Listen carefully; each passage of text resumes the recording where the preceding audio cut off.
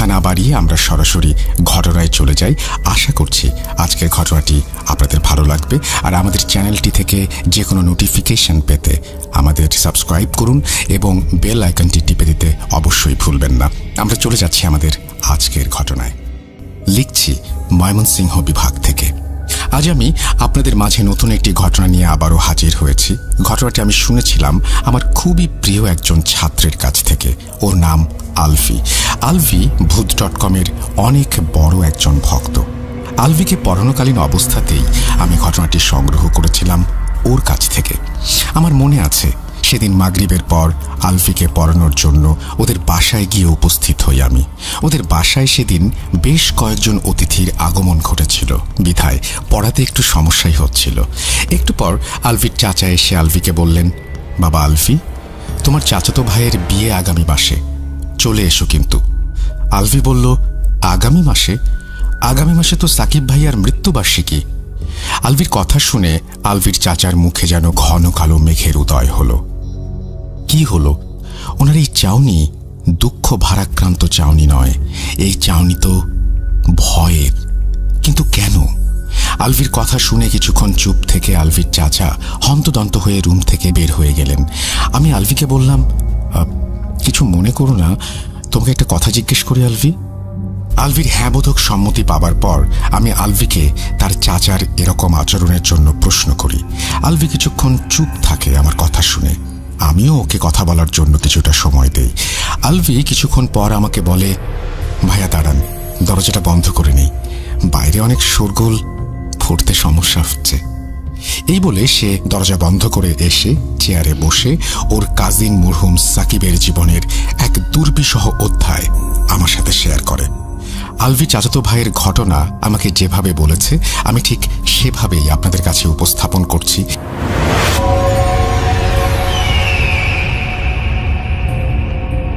সাকিব ভাই আমাদের কাজিনদের মধ্যে সবচেয়ে বড় এবং সবার পছন্দের। জানেন শয়তান কাকে বেশি ধোঁকা দেয়? আমরা বলি যে নিয়ম করে নামাজ কালাম পড়লে, রোজা করলে, ইসলামী বিধিবিধান মানলে শয়তান নাকি আসে না। আর যারা এর বিপরীত কাজ করে শয়তান নাকি তাদেরকে বিরক্ত করে বা তাদেরকে পথভ্রষ্ট করার চেষ্টা করে। আসলে কি তাই? তাহলে সাকিব ভাইয়ের সাথে কেন এমন হলো? আসলে কি জানেন ভাইয়া, যারা আল্লাহর আদেশ নিষেধ মানে না, নামাজ কালাম পড়ে না, তাদের শয়তান ধরে না। দুঃখিত ভাইয়া, কিন্তু বলতে বাধ্য হচ্ছি যে এমন বেনামাজি আর ধর্মের বিষয়ে উদাসীন ব্যক্তিরা খোদ নিজেরাই শয়তান, তাই শয়তান তাদের কোনো ক্ষতি করে না। আর যারা আল্লাহর নেক বান্দা, তাদের প্ররোচনা দিয়ে শয়তান মৃত্যু অবধি নিয়ে যায়, যার উদাহরণ হলো সাকিব ভাইয়া। অবশ্য এখানে ওনার যে দোষ নেই তাও বলা যাবে না। কৌতূহল আর প্রমাণ করার আজব এক চক্রের মাঝে পড়ে উনি আজ কবরবাসী। ওনার মৃত্যুর প্রধান কারণ আমরা জানতেই পারতাম না যদি না উনি মৃত্যুর কয়েক মাস আগে আমাদের সবকিছু খুলে বলতেন। চলেন আগে শুরু করি ঘটনা। 2014 সাল 12 নভেম্বর বিকেল 4টা। গ্রামের সবাই সাকিব ভাইকে খুঁজে বেড়াচ্ছেন। গ্রামের মানুষের মধ্যে হইচই পড়ে গিয়েছে ইতোমধ্যে। সাকিব ভাই গতকাল রাত 8টায় বেরিয়েছিলেন বাসা থেকে, এখনো ফেরেননি। সারা গ্রামের মানুষ মিলে ওনাকে খুঁজছেন। আমার বড় চাচার বড় ছেলে সাকিব ভাই। বড় চাচা বিকেল 5টায় বাসায় এসে একটা পিঁড়িতে বসে পড়লেন। ওনার চোখে পানি। ছেলেকে উনি তখনও খুঁজে পাননি। গ্রাম পুলিশের এক দল 12টা থেকে খোঁজ চালিয়ে যাচ্ছে, কিন্তু সাকিব ভাইয়ের কোনো খোঁজ নেই। মাগরিবের আজান দিল, মসজিদে মাইকিং করা হলো। আমরা সবাই জামাতে নামাজ আদায় করে দোয়া করলাম যেন সাকিব ভাই সহি সালামতে ফিরে আসে। মাগরিবের নামাজ পড়ে বাসায় ফিরে সকলে টর্চ লাইট নিয়ে ওনাকে খুঁজতে বের হওয়ার জন্য রেডি হচ্ছিলাম।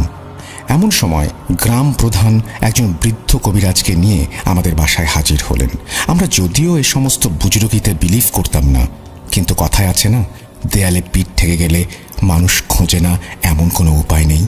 কবিরাজকে উঠোনে বসানো হলো। আকাশে তখন পূর্ণিমার চাঁদ উঠেছে। বিদ্যুৎহীন সময়ে এই চাঁদের আলো যেন 1000 বছর পেছনে নিয়ে গেল আমাদের। 1000 বছর আগের সেই উঠোন, জটলা পাকানো মানুষ আর কবিরাজ, এ যেন এক মহাযাত্রাপালা। যাই হোক, কবিরাজ বাঁশঝাড় থেকে একটি মুরগি জবাই দিয়ে এসে বসলেন। উনি আমাদের বললেন, গ্রামের রক্ষককে ডাক দিতে সিনিয়ারা, তো তোমরা কেউ কথা কইও না, আমাকে গ্রামের রক্ষকই কইতে পারবো সাকিব মিয়া কই আছে। আমি কৌতূহলবশত ওনাকে জিজ্ঞেস করলাম, রক্ষক আবার কে? উনি আমাকে বললেন, হ্যাঁ, অনেকগুলো আলাপ করার সময় না ছোট মিয়া, আগে সাকিব মিয়ারে খুঁজা বাইর করি, এরপরে তোমারে কমুনি গ্রামের রক্ষক কিডা। আল্লাহর নাম নিয়া বহ এইখানে। আমি চুপ করে বসলাম। কবিরাজ একটা মাটির পাত্রে পানি নিয়ে জবাই করা মুরগির রক্ত সেই পানিতে ঢাললেন। এরপর দোয়া কালাম পড়ে উচ্চ স্বরে বললেন, ও গ্রামের রক্ষক, আল্লাহর রহমতে উসিলায় আপনারে ডাক পাঠাইলাম, আপনি আহেন, আমাকে এই ছোট্ট উপহার লয়া যান আর আমাকে জানায়া দেন সাকিব মিয়া কই। একটু পর জবাই করা মুরগিটা বাঁশ ঝাড়ের দিকে সজোরে যেন উড়ে গেল। আমি বিজ্ঞানীর ছাত্র ভাই, আমি এই সমস্ত দৃশ্য দেখে আমার শরীর যেন অসাড় হয়ে যাচ্ছিল। একটু পর বাঁশ ঝাড়ের এক কোণা দিয়ে লাল দুটো চোখ দেখা গেল। ইয়া আল্লাহ, উপস্থিত এমন কোনো ব্যক্তি নেই যে সেই লাল চোখ দেখেনি। মুহূর্তের মাঝেই হাড় চেবানোর কটমট শব্দ ভেসে আসতে লাগলো। হাড় চিবানোর শব্দ শেষ হবার সাথে সাথে দূর থেকে এক মুসাফিরের আগমন ঘটল। কবিরাজ আমাদের বললেন, সবাই পিছে সরেন, কেউ সামনে আসবেন না, রক্ষকের লোক কেউ আসবেন না সামনে, আমি কথা কমু। গ্রামের সবাই পিছিয়ে গেল। কবিরাজ সেই মুসাফিরের সাথে কথা বলে দৌড়ে আমাদের কাছে এসে বললেন, কবরস্থানে চলেন মিয়ারা, জলদি আসেন, সাকিব মিয়ার দম প্রায় শেষ। ঘরের পুরুষ মানুষরা লাঠি সোটা আর টর্চ লাইট নিয়ে কবরস্থানের দিকে ছুটলাম। কবরস্থানে গিয়ে দেখলাম কবরস্থানের গেটের সামনে একটা কালো বিড়াল, যার চোখ সেই বাঁশ ঝাড়ে দেখা চোখের মতো লাল। বিড়ালটি আমাদের দেখে ভয় পেল না, সে আমাদের সামনে হাঁটতে লাগলো আর 2-1 মিনিট পর একটি কবরের সামনে গিয়ে বসে পড়ল। ওই তো সাকিব ভাই পড়ে আছে কবরের পাশে। কবরটিও অনেকটাই খোঁড়া হয়েছে, কাফনের কাপড় দেখা যাচ্ছে, বেশি পুরাতন না। কবর থেকে দুর্গন্ধ বের হচ্ছে। কবিরাজ সাকিব ভাইকে এখান থেকে নিয়ে যেতে বললেন আর গ্রামের কয়েকজনকে নিয়ে উনি কবরটাকে ঠিক করতে লাগলেন। সাকিব ভাইকে বাড়ি আনার পর ওনাকে উঠোনে শুইয়ে রাখা হলো। কবিরাজ এলেন কিছুক্ষণ পর। উনি একটা স্টিলের গ্লাসে পানি পড়া দিয়ে সাকিব ভাইয়ের মুখ খুলে ওনার মুখে ঢাললেন। ভাইয়ের মাথায় হাত দিয়ে উনি দোয়া দুরুদ পড়তে লাগলেন। আমরা উঠোন থেকে দেখছিলাম বাঁশঝাড় থেকে সেই লাল দুটি চোখ। চোখ জোড়া মিলিয়ে যাওয়ার সাথে সাথে সাকিব ভাইয়ের জ্ঞান ফিরল। আমরা ওনাকে পানি খাওয়ালাম। এরপর কবিরাজ ওনার পকেট থেকে একটা পত্রিকার কাগজে মোড়া জিনিস বের করলেন। উনি বললেন, রক্ষকের মুসাফির এই দাওয়া দিছে মিয়ারা, ডরের কিছু নাই, এইটা সাকিব মিয়ারে খাওয়াও। কাগজ খুলে দেখা গেল সেই কাগজ ভর্তি কালো জিরা। সাকিব ভাইকে কালোজিরা খাওয়ানোর পর উনি আস্তে আস্তে স্বাভাবিক হয়ে গেলেন। আমরা সবাই স্বস্তি পেলাম। ওনাকে জিজ্ঞেস করা হলো যে উনি কবরস্থানে কি করছিলেন। উনি আমাদের বললেন উনি নাকি জানেন না আসলে হয়েছিল কি ওনার সাথে। রাতে উনি একবার বের হয়েছিলেন দোকানে যাবেন এই ভেবে। রাস্তায় নাকি হঠাৎ একটা গরম বাতাস এসে ওনার গায়ে লাগে। এরপর নাকি ওনার আর কিছু মনে নেই। কবিরাজ বললেন, সাকিব মিয়া, এই গ্রামের একটা রেওয়াজ আছে, নামাজ পড়বার গেলেও বাবাক মুসল্লি এক লগে যাওন লাগে, একলা যাওন যায় না, তাইলে সে আইসা নিয়া যায়। তোমারে সেই ধরছিল, আল্লাহ বাঁচাইছে। রক্ষকরে আল্লাহর নাম দিয়া কসম দিছিলাম মিয়া, আল্লাহ বাঁচাইছে। আমি এবার আমার কৌতূহল সামলাতে পারলাম না। কবিরাজকে জিজ্ঞেস করলাম, কে এই রক্ষক, আর সে আসেই বা কেন? কবিরাজ বললেন, আমারে তোমরা মনে হয় চিনবার পারো নাই মিয়ারা। কেমনে চিনবা? তোমরা তো থাকো না গ্রামে, বাকিরা আমারে চেনে। আমি গ্রামের মসজিদের মুয়াজ্জিন। আমার দাদা তার দাদাও মসজিদের খাদেমা ছিল। আমার দাদা তার দাদাও মসজিদের খাদেমা ছিল। আমার পরদাদা আসিল মসজিদের ইমাম। অনেক পরহেজগার লোক আসিল।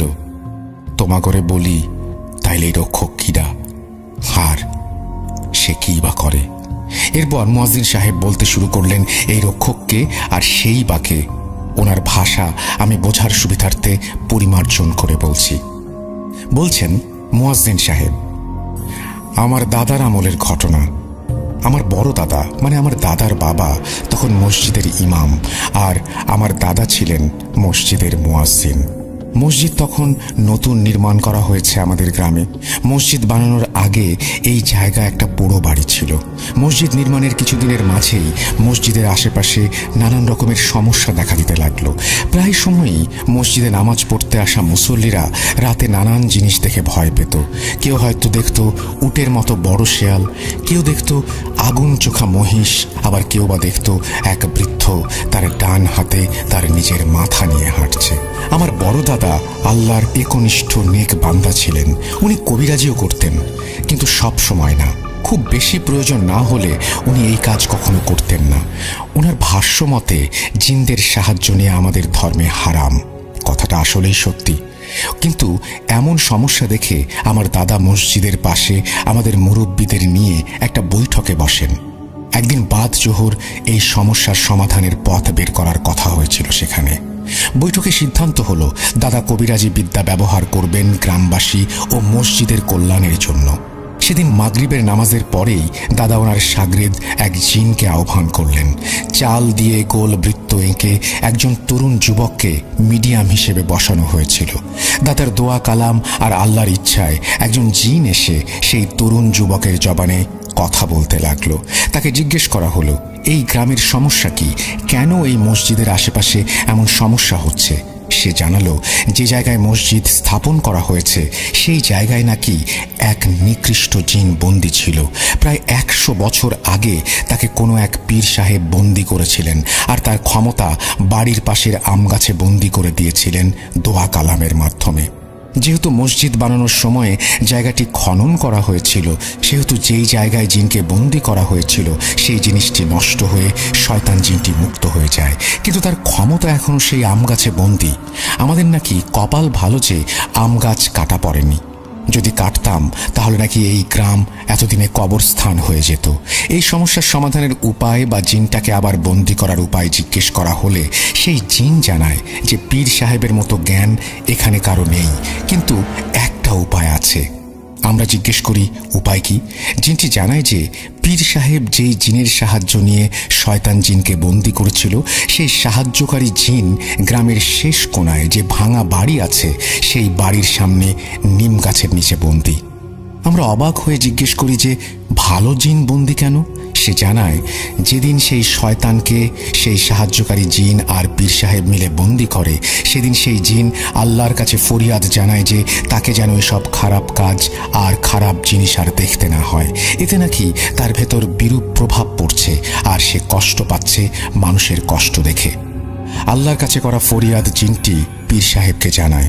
সেই জিনের ফরিয়াদ শুনে পীর সাহেব তাকে বলেন, ঠিক আছে, তাহলে তোকে আমি গ্রামের শেষ প্রান্তে একটি টিনের ট্যাঙ্কের মধ্যে বন্দি করে রাখবো। তুই সারা জীবন ইবাদত করবি সেখানে। তুই যতদিন বাঁচবি ততদিন তোর খানা পিনা সবকিছু সেখানেই পাবি, কিন্তু তুই নিজের ইচ্ছায় বের হতে পারবি না সেখান থেকে। যদি কেউ তোকে মুক্ত করে, আমাকে কথা দে তুই নিজ ইচ্ছায় বের হবি না। সেই শয়তান মুক্ত হলে যদি সাহায্যের জন্য তোকে কেউ মুক্ত করতে আসে, তাহলে তুই তাদের সাহায্য করবি। আমার মৃত্যুর পর যদি তুই মুক্ত হোস, তবে এই গ্রামের হেফাজত করবি সেই শয়তানের হাত থেকে। জিনটি প্রতিজ্ঞা করে যে সে পীর সাহেবের সব কথায় রাজি। এরপর একটি টিনের ট্রাঙ্কের ভেতর তাকে আটকে ট্রাঙ্কটি পীর সাহেব মাটিতে পুঁতে সেই মাটিতে একটি নিম গাছের চারা রোপণ করেন। তরুণ যুবকের ওপর ভর করা জিনটি আমার দাদাকে বললেন সেই সাহায্যকারী জিনকে মুক্ত করে দিতে। এই বলে তরুণ যুবকটি অজ্ঞান হয়ে গেল। অজ্ঞান হবার আগে তরুণ যুবকটি বলেছিল যে সেই সাহায্যকারী জিনের মুক্তির পর সেই শয়তান ভালো জিনটির ওপর প্রতিশোধ নিতে আবারও পরিপূর্ণভাবে জেগে উঠবে। সাবধান, কবরস্থানের বাইরে পূর্ব পাশের শেষ কোণায় কবরের মাটি যেন কোনোভাবেই খোঁড়া না হয়, কারণ সেই কবর নাকি সেই পাপিষ্ঠ জিনের পাপিষ্ঠ কালো জাদুকর মাস্টারের। সেই কবরের ভেতরে একটা লৌহ পেরেক আছে। সেই পেরেক যদি আম গাছে গেঁথে দেয়া হয়, তবেই সেই শয়তানের শক্তি আবার ফিরে আসবে। কিন্তু এই কাজ যে করবে সে অপবিত্র থাকবে বলেই তাকে দিয়ে এই কাজ করাতে পারবে শয়তান। গ্রামের মুসল্লিদের একা একা নামাজে যাওয়ার ওপর নিষেধাজ্ঞা দিয়ে তরুণ যুবক অজ্ঞান হয়ে গেল। আমরা এরপর সবাই মিলে গ্রামের শেষ প্রান্তে ভাঙা বাড়ির কাছে গিয়ে নিম গাছের নিচে মাটি খুঁড়তে থাকি। প্রায় 7 থেকে 8 হাত মাটি খোঁড়ার পর আসলে একটা টিনের ট্রাঙ্ক খুঁজে পাই আমরা। ট্রাঙ্কের ওপরে আরবিতে খোদাই করে লেখা ছিল, এখানে যে বসবাস করে সে একজন জিন। তার নাম ইয়াসিন। যদি তাকে মুক্ত করতে চান তবে তার নাম ধরে 3 বার ডাকুন, এরপর ট্রাঙ্কের মুখ খুলুন। আমার দাদা ট্রাঙ্কের সামনে দাঁড়িয়ে 3 বার ইয়াসিন বলে ডাকলেন এবং ট্রাঙ্কের মুখ খুললেন। ট্রাঙ্কের মুখ খোলার সাথে সাথে ট্রাঙ্কের ভেতর থেকে একটি কালো বিড়াল লাফ দিয়ে বেরিয়ে পালিয়ে গেল। আমার দাদা বললেন যে ইয়াসিন জানে তাকে মুক্ত করার কারণ কি, সে তার কাজ করবে। আমরা যেন যে যার বাড়ি চলে যাই। আমাদের বিদায় দেওয়ার আগে উনি আমাদের সাবধান করলেন যে ইয়াসিন এখন থেকে এই গ্রামের রক্ষক। সাবধান, কেউ যেন নিজ স্বার্থ হাসিল করার জন্য তাকে ডেকো না, তাকে যেন নিজের মতো থাকতে দেয়া হয়। এই ইয়াসিন হলো এখন এই গ্রামের রক্ষক। সেই নিকৃষ্ট জিন হলো সেই যার শক্তি আজ অবধি মসজিদের পাশের আম গাছে বন্দী। আম গাছের কাছে যেন কেউ না যেতে পারে সেজন্য আম গাছের চারপাশে উঁচু করে বাঁশের বেড়া দেয়া হয়েছে আজ অবধি। মুয়াজ্জিন সাহেবের কথা শুনে আমি যেন কোনো এক রূপকথার দেশে চলে গিয়েছিলাম। রাত, পূর্ণিমার আলো আর সামনে এমন ইতিহাস শোনা। যাই হোক, এরপর মুয়াজ্জিন সাহেব আমাদের বলেন আমরা যেন শহরে ফিরে যাই, এখানে থাকা নাকি আমাদের জন্য ঠিক হবে না। এই মুহূর্তে আমরা শহরে ফিরে আসি। শহরে ফিরে আসার পর থেকে সাকিব ভাই কেমন যেন হয়ে গেল। জিন নিয়ে যেন বলতে গেলে অবসেসড হয়ে গেলেন উনি। জিন নিয়ে প্রায় যত রকম কিতাব লাইব্রেরিতে অ্যাভেলেবেল ছিল উনি কিনে আনতেন আর একা একা বসে বসে সেসব পড়তেন। আস্তে আস্তে মসজিদে যাওয়া বন্ধ করলেন, যদিও বাসায় নামাজ পড়তেন। কিন্তু আসলেই কি পড়তেন? কি ভাই, কি মনে হয় পড়তেন উনি নামাজ? শুনুন আমার চাচির জবানে। সাকিব সবসময় বাসায় থাকতো কলেজ থেকে ফিরে। বন্ধু বান্ধবের কোনো নেশা ছিল না। আজান দিলে ওয়াশরুমে গিয়ে ওযু করে আসতো, নামাজ পড়তো সব সময়। এমনটা আমি ভাবতাম। এই ভাবনা আমার ভাবনাই থাকতো যদি না সেদিন রাত আমার জীবনে আসতো। সাকিবকে নিয়ে সেদিন গ্রাম থেকে ফেরার পর বাসায় কিছু অদ্ভুত ঘটনা ঘটতে লাগলো। যেমন রাতে বাসায় হাঁটা চলার আওয়াজ পাওয়া যেত, হাড় চেবানোর আওয়াজ পাওয়া যেত, মাংস পচা দুর্গন্ধ পাওয়া যেত। ও হ্যাঁ, সব থেকে অবাক করা বিষয় ছিল যে ডিপ ফ্রিজ থেকে মাছ মাংস যেন উধাও হয়ে যেতে লাগলো। এসব বিষয়ে পাত্তা যদিও খুব একটা দিতাম না। হ্যাঁ, দিতাম না, সেদিন রাতের আগ পর্যন্ত দিতাম না। কিন্তু সেদিন রাতে যা দেখলাম সেটা দেখে আমার আর সাকিবের আব্বার রুহ কেঁপে উঠেছিল। আমি সেদিন রাতে তাহাজ্জুদের নামাজ পড়ার জন্য আগে ভাগে উঠে নামাজে দাঁড়িয়ে যাই। হঠাৎ আমার নাকে কাঁচা মাংসের গন্ধ এসে লাগে। আমি নামাজ শেষ করে বাইরে বের হয়ে ডিপ ফ্রিজ চেক করি, কিন্তু তেমন কিছু পাই না। সাকিবের ওয়াশরুম ছিল ওর রুমের বাইরে। ওর ওয়াশরুমে আলো জ্বলছে, আমি দেখতে পেলাম। দরজা হালকা খোলা। আমি দেখলাম সাকিব অজু করছে। ও অজু করছে দেখে আমি চোখ সরিয়ে আবার নামাজ পড়তে চলে যাচ্ছিলাম। এমন সময় মনে হলো যে সাকিব কোনো পানি দিয়ে অজু করছে, কিন্তু সেই পানিটির রং লাল। ওয়াশরুমে গিয়ে আমি যা দেখলাম সেটি দেখে আমার শরীর ঠান্ডা হয়ে আসলো। সাকিব একটা বালতিতে কাঁচা মাংস রেখেছে। সেই মাংস থেকে বের হওয়া লাল রক্তের পানি অজুর মতো করে ব্যবহার করছে সাকিব। ও প্রথমে নিজের হাত ও কবজি 6 বার ধুলো, এরপর মুখে পানি দিল। চেহারা না ধুয়ে নিচে সেই পানি লাগালো, এরপর মাথায় পানি লাগালো, কিন্তু উল্টো করে। মানে অজু যেভাবে করে ঠিক সেইভাবে নয়। এরপর আমি সাকিবের বাবাকে রুমে এসে ডাকলাম আর ওনাকে সবকিছু খুলে বললাম। উনি আমাকে বললেন আমি নাকি ঘুমের ঘরে ভুল দেখেছি। আমি তবুও ওনাকে আমার সাথে সাকিবের রুমে আসতে বললাম। আমরা সাকিবের রুমের কাছে এসে গেলাম দুইজনে। সাকিবের বাবাও কাঁচা মাংসের গন্ধ পাচ্ছিলেন নিজের ঘরে। একটু শব্দ করে তেলাওয়াত করছিল সাকিব, কিন্তু কি তেলাওয়াত করছিল বুঝতে পারছিলাম না। ওর ঘরের দরজা একটু খুলতেই আমরা যা দেখলাম সেটি বলতে গিয়ে এখনো আমার গায়ের লোম দাঁড়িয়ে যাচ্ছে। সাকিব কোনো একটি সূরা উল্টা করে পড়ছে। সাকিবের বাবা সাকিবকে সজোরে ধমক দিয়ে বললেন, সাকিব তুই কি করছিস? পাগল হয়ে গেছিস? থাম থাম বলছি। সাকিব নামাজ ছেড়ে দিল, আমাদের দিকে তাকিয়ে বলল, আব্বু আমি এমনি এমন করছিলাম, তোমার কাছে একটা জিনিস চাইবো, দিবা? সাকিবের বাবা জিজ্ঞেস করলেন, কি? সাকিব যা বলল তা শুনে আমাদের জ্ঞান হারানোর মতো অবস্থা। আগামী সেপ্টেম্বর মাসে তো কোরবানি, তাই না? গরু কেনা লাগবে না আব্বু? সাকিবের বাবা জিজ্ঞেস করলো, কেন গরু কেনা লাগবে না? সাকিব বলল, আমার গলায় ছুরি চালিয়ে দিও, আমাকে কোরবানি করবা, আমাকে, হ্যাঁ আমাকে কোরবানি, আমাকে কোরবানি আব্বা। সাকিবের মুখে সমস্ত কথা শুনে আমি অজ্ঞান হয়ে গেলাম। জ্ঞান ফিরতেই দেখি সকাল হয়ে গেছে। সাকিবের আব্বু আমার পাশে। আমি ওনাকে জিজ্ঞেস করলাম কি হয়েছিল এরপর। সাকিবের বাবা বললেন যে এরপর উনি সাকিবের কাছে গিয়ে ওকে সজোরে একটা চর মারলে সাকিব নাকি শান্ত হয়ে শুয়ে পড়ে। এরপর সাকিবের আব্বু ওর ঘর থেকে সব জিন রিলেটেড কিতাব সরিয়ে ফেলে। সাকিব আস্তে আস্তে অসুস্থ হয়ে যেতে লাগলো। ওকে ডাক্তার দেখানো হলো, কিন্তু কোনো রোগ ধরা পড়ছিল না। সাকিবের বাবা এমন অবস্থায় গ্রামের বাড়িতে ফোন করে মুয়াজ্জিন সাহেবকে সব ঘটনা জানান। মুয়াজ্জিন হুজুর সাকিবকে গ্রামে নিয়ে আসার পরামর্শ দেন, কিন্তু সাকিবের শারীরিক অবস্থা খুব বেশি খারাপ থাকার ফলে আমরা তাকে গ্রামে নিয়ে যেতে পারিনি। চাচির এই কথাগুলো চাচি আমার আম্মুর সাথে শেয়ার করেছিলেন। এরপর 2015 সালের 24 অগস্ট বড় চাচা আমাদের বাসায় ফোন করে আমাদের জানান আগামীকাল ওনারা সাকিব ভাইকে নিয়ে গ্রামের বাড়িতে যাচ্ছেন, আর আমরা যেন ওনাদের সাথে যাই। অবশেষে 25 অগস্ট আমরা সাকিব ভাইকে নিয়ে গ্রামে যেতে সক্ষম হই। গ্রামের বাড়িতে যাবার পর আমরা জানতে পারি যে 25 তারিখ মুয়াজ্জিন সাহেব গ্রামে ছিলেন না। উনি কোনো এক কাজে পাশের গ্রামে গিয়েছেন। আগামীকাল উনি চলে আসবেন। এদিকে সাকিব ভাইকে দেখে নর্মালি লাগছিল আমাদের। গ্রামের বাড়ির রাখাল 26 তারিখ সকালে গোয়াল থেকে 4টা বড় ষাঁড় গরু বের করে আনলেন খাবার খাওয়ানোর জন্য। সাকিব ভাই উঠোনে গিয়ে রাখালের সাথে কথা বলছিলেন। একটু পর আমি দেখলাম রাখাল উচ্চ স্বরে সাকিব ভাইকে বলছে, এই মিয়া কি কন, মাথা ঠিক আছে? তাদের কাছে বিচার দিমু কইলাম। আমি রাখালকে ধমক দিয়ে তার এরকম আচরণের কারণ জিজ্ঞেস করলাম। সে বলল যে সাকিব ভাই নাকি তাকে নানান ধরনের উল্টাপাল্টা কথা বলছেন। আমি জিজ্ঞেস করলাম, কি বলছেন উনি? সাকিব ভাই আমাকে রাখালের সাথে কথা বলতে দিলেন না। উনি আমাকে ধরে নিয়ে চলে যেতে লাগলেন। বললেন, ধুর বাদ দে, মূর্খ লোকেরা। আমি সাকিব ভাইয়ের সাথে চলে এলাম। একটু পর সাকিব ভাই খেতে বসলেন বাসায়। আমি বাসা থেকে বের হয়ে রাখালকে জিজ্ঞেস করলাম, ভাইয়া আসলে কি বলছিল? রাখাল বলল, সাকিব ভাই নাকি তাকে বলছিল গরুকে না খাইয়ে তাকে কেন খাওয়ানো হচ্ছে না। আসন্ন কোরবানি ঈদে ওনাকে নাকি কোরবানি করা হবে, আর উনি নাকি প্রস্তুত। আমি রাখালকে বললাম যে ভাইয়া রসিক মানুষ, তাই মজা করেছে। রাখালকে আরও 7-5 বুঝিয়ে এলাম। সন্ধ্যায় মাগরিবের নামাজের পর মুয়াজ্জিন সাহেব এলেন গ্রামের বাড়িতে। মুয়াজ্জিন সাহেব একটি আসন তৈরি করলেন। আসনের মাঝখানে চালের বৃত্ত এঁকে সাকিব ভাইকে সেখানে বসানো হলো। সাকিব ভাই আসন দেখে কেমন যেন রেগে যাচ্ছিলেন। উনি কোনোভাবেই হুজুরের আসনে আসবেন না, কোনোভাবেই না। উনি জোর গলায় বলছিলেন, কোরবানির পশুর যত্ন নিস, আর আমি কোরবানির পবিত্র এক প্রাণী, সর্বপ্রথম আদম সন্তান যাকে আল্লাহর রাস্তায় কোরবানি করা হবে, আমাকে সম্মান করো। হুজুর সাকিব ভাইয়ের পায়ে সজোরে বেত্রাঘাত করলেন।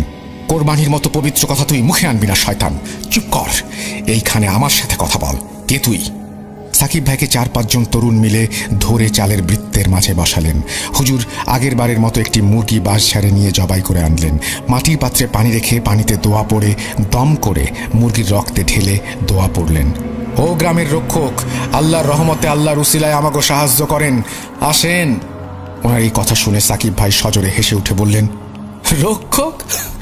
মুয়াজ্জিন, তুই আমার মতো করে বলতে পারবি সবকিছু?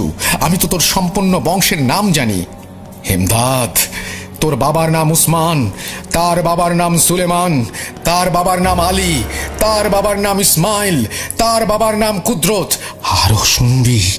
এবার তুই আমাকে বল আমি কে? মুয়াজ্জিন সাহেব ঢোক গিললেন। উনি একটু ভয় পেয়ে গিয়েছিলেন। সত্যি বলতে আমরাও ভয় পেয়ে গিয়েছিলাম সেই মুহূর্তে। হুজুর মনে মনে দোয়া পড়তে লাগলেন। দোয়া পড়ে সাকিব ভাইয়ের ওপরে পড়া পানি ছিটিয়ে দিয়ে উনি জিজ্ঞেস করলেন যে কেন এসেছে। এই কথা বলার সাথে সাথে বাড়ির চালের ওপর থেকে একটা গাছের ডাল এসে হুজুরের হাতের ওপরে পড়ল। হুজুর প্রচণ্ড ব্যথায় কোঁকাচ্ছিলেন। এদিকে গাছের ডাল পড়ার কারণে চালের বৃত্তের চাল একদিকে সরে গিয়েছিল। সাকিব ভাই আসন থেকে উঠে হুজুরের গলা টিপে ধরেন। এমন সময় জবাই করা মুরগিটি উড়াল দিয়ে বাঁশঝাড়ের ভেতরে চলে যায়। বাঁশঝাড় থেকে লাল দুটি চোখ দেখা যাচ্ছিল। সাকিব ভাই নড়ে চড়ে বসলো, ভয়ে সে ঢোক গিলতে লাগলো। বাঁশঝাড় থেকে হাড় খাওয়ার কটমট শব্দ আসছিল। হুজুর নিজেকে সামলে নিলেন। দূর থেকে 5 থেকে 7 জন মুসাফির এলেন কোত্থেকে যেন। ওনারা হুজুরের পাশে এসে দুটি লাইন করে দাঁড়ালেন। হঠাৎ হাড় খাবার শব্দ থেমে গেল। মুসাফিরদের 2 লাইনের মাঝখান থেকে সেই লাল চোখা কালো বিড়াল আস্তে আস্তে এসে বসলো মুয়াজ্জিন সাহেবের পাশে। সাকিব ভাই এবার একদম চুপ। হঠাৎ একটা বিদ্যুৎ চমকানিতে আমাদের চোখ যেন ঝলসে গেল। চোখ খুলে দেখি মুসাফিরেরা আর বিড়ালটি কোথাও কেউ নেই। এবার সাকিব ভাইয়ের দিকে তাকিয়ে মনে হলো কেউ যেন ওনার হাত পা এমনভাবে ধরে রেখেছে যেন উনি নড়তেই পারছেন না। মুয়াজ্জিন সাহেব প্রশ্ন করলেন সাকিব ভাইয়ের শরীরে কে আর কেন এসেছে। সাকিব ভাইকে দেখে মনে হলো ওনার হাত পা এবার ছেড়ে দেয়া হয়েছে। গভীর এবং ভারী গলায় উনি বললেন, আসসালামু আলাইকুম মুয়াজ্জিন সাহেব, আমি ইয়াসিন। আপনার দাদা যাকে মুক্ত করেছিলেন, আপনি ভাগ্যবান যে আপনার দাদা অনেক ভালো মানুষ ছিলেন আর আপনি ওনার বংশধর, নইলে আমাকে ডাকার অপরাধে আমি আপনার প্রাণ নিতে পারতাম। যাই হোক, এই ছেলের শরীরে সুকুমার বসবাস।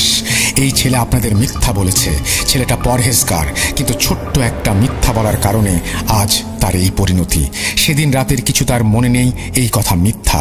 আমি ওর শরীর থেকে যাবার পর ওকে জিজ্ঞেস করবেন, তার সত্যিটা জেনে নেবেন। আর সুকুমা, ওকে আমি সরাসরি আটকাতে পারবো না, কারণ আমি এই গ্রামের হেফাজতের দায়িত্বে আছি। এই ছেলে গ্রামের বাইরের মানুষ, আর সে নিজের কর্মফল ভোগ করছে। সেদিন সে যদি সত্যি কথা বলতো, আমি তাকে সাহায্য করতে পারতাম, কিন্তু এখন সুকুমা তার কলিজা ফুসফুস নষ্ট করে দিয়েছে। ও আর বাঁচবে না। আর সুকুমা পবিত্র দিনে বলি দেওয়ার মাধ্যমে নিজের শক্তি পুনরুদ্ধার করার রাস্তা খুঁজে পেয়েছে বলে মনে হচ্ছে। এই কারণেই কোরবানি ঈদের মতো পবিত্র দিনে এই ছেলের বলি দিতে চাইছে। আমি সুকুমাকে নিয়ে যেতে পারি, কিন্তু তাতেও কোনো লাভ হবে না। তবু আমি সুকুমাকে নিয়ে যাচ্ছি। সুস্থ করার মালিক আল্লাহ, আমি নই। আমাকে ক্ষমা করবেন। আমি আসি। আসসালামু আলাইকুম। এই কথা বলে ইয়াসিন চলে যাওয়ার আগে আমি ওনাকে বলি, ইয়াসিন সাহেব অপেক্ষা করুন, সুকুমাকে আমাকে বলুন। ইয়াসিন সাহেব আমার দিকে তাকিয়ে বলেন, সুকুমা অনেক প্রাচীন শয়তান, যাকে এই গ্রামের একজন কালো জাদুকর আহ্বান করেছিল নিজের এক চোখ বিসর্জন দিয়ে। কিন্তু তার কালো জাদুর কথা গ্রামবাসী জেনে যাবার ফলে তাকে পিটিয়ে মেরে ফেলা হয়। মেরে ফেলার পর তার লাশ মাটিতে পুঁতে দেয়া হয়। তার এক চোখ মৃত্যুর পর বন্ধ হচ্ছিল না, তাই গ্রামবাসী তার চোখের ওপর পেরেক মেরে মাটিতে পুঁতে ফেলে কবরস্থানের বাইরে শেষ প্রান্তে। আমি আসি। আল্লাহ হাফেজ। ইয়াসিন সাহেব সুকুমাকে সাকিব ভাইয়ের শরীর থেকে নিয়ে চলে গেলেন। সাকিব ভাইয়ের জ্ঞান ফেরানোর চেষ্টা করি আমরা। ওনার জ্ঞান ফিরলে আমরা সেদিন রাতের আসল কাহিনী জিজ্ঞেস করলে উনি জানান যে ওনার এক বন্ধু নাকি কবরের আজাব বা কবরের সওয়াল জবাবের কথা বিলিভ করতো না। তাকে ভুল প্রমাণ করতেই নাকি সেদিন রাতে সাকিব ভাই কবরস্থানে যান ক্যামেরা নিয়ে ভিডিও করতে। কিন্তু সেখানে গিয়ে একটি কবর প্রায় অর্ধেক খোঁড়ার পর উনি লালসার শিকার হন। উনি দেখেন খুব সুন্দর সাজ পোশাক গায়ে এক মহিলা তার দিকে তাকিয়ে আছে। উনি মহিলাকে জিজ্ঞেস করলেন মহিলাটি কে। মহিলাটি উত্তর দিল তার নাম সুকুমা, এই গ্রাম প্রধানের মেয়ে, যা ছিল আসলে মিথ্যা। সাকিব ভাইকে এত রাতে কবরস্থানে আসতে দেখে সে নাকি এখানে এসেছে। এরপর সুকুমা সাকিব ভাইকে কবর খোঁড়ার কারণ জিজ্ঞেস করলে সাকিব ভাই ওনাকে তা জানান। এরপর সুকুমা তাকে বলেন শেষ প্রান্তের একটা কবর খুঁড়লে নাকি সাকিব ভাই ওনার দরকারি এভিডেন্স পেয়ে যাবেন। কিন্তু সাকিব ভাই যখন সুকুমার ধোকায় পড়ে কবর খুঁড়তে যাচ্ছিলেন, তখনই নাকি উনি দেখলেন যে একটি কালো বেড়াল ওনার পথ রোধ করে দাঁড়িয়ে আছে। এসব নাকি ওনার আর কিছু মনে নেই। এই ঘটনার পর আমরা সাকিব ভাইকে নিয়ে শহরে চলে আসি। ওনার শারীরিক অবস্থার অবনতি হয়, ডাক্তারের অবজারভেশনে রাখা হয়। কোরবানির ঈদ চলে আসে। আল্লাহর নামে কোরবানি দিলে আল্লাহ হয়তো রহম করবেন ভেবে বড় চাচা কোরবানি দেওয়ার নিয়ত করলেন। কোরবানি ঈদের 2 দিন আগে রাতে আমার চাচা আমার আব্বুকে ফোন করলেন। ফোন করে উনি যা বলেন তা কিছুটা এরকম, আগামী পরশু কোরবানির ঈদ, তাই আগামীকাল গরু কিনতে যাব বিধায় আজ একটু আগেই শুতে চেয়েছিলাম, কিন্তু কাজ করতে করতেই দেরি হয়ে গেল। শেষবার ঘড়ি দেখছিলাম রাত 12:40। ঘুমের মাঝে হঠাৎ সাকিবের গলার আওয়াজ ভেসে আসে আমার কানে। ফিস ফিস করে কথা বলছে সে, আব্বু আব্বু আমাকে কোরবানি দাও। এরপর চাচা নাকি বিছানা থেকে উঠে সাকিব ভাইয়ের রুমে গিয়ে ওনাকে দেখে এসেছিলেন। উনি ঘুমাচ্ছিলেন তখন, বেচারা শুকিয়ে যেন একদম কঙ্কাল হয়ে গিয়েছে। কোরবানি ঈদ এসে গেছে, আল্লাহর নামে কোরবানি হয়।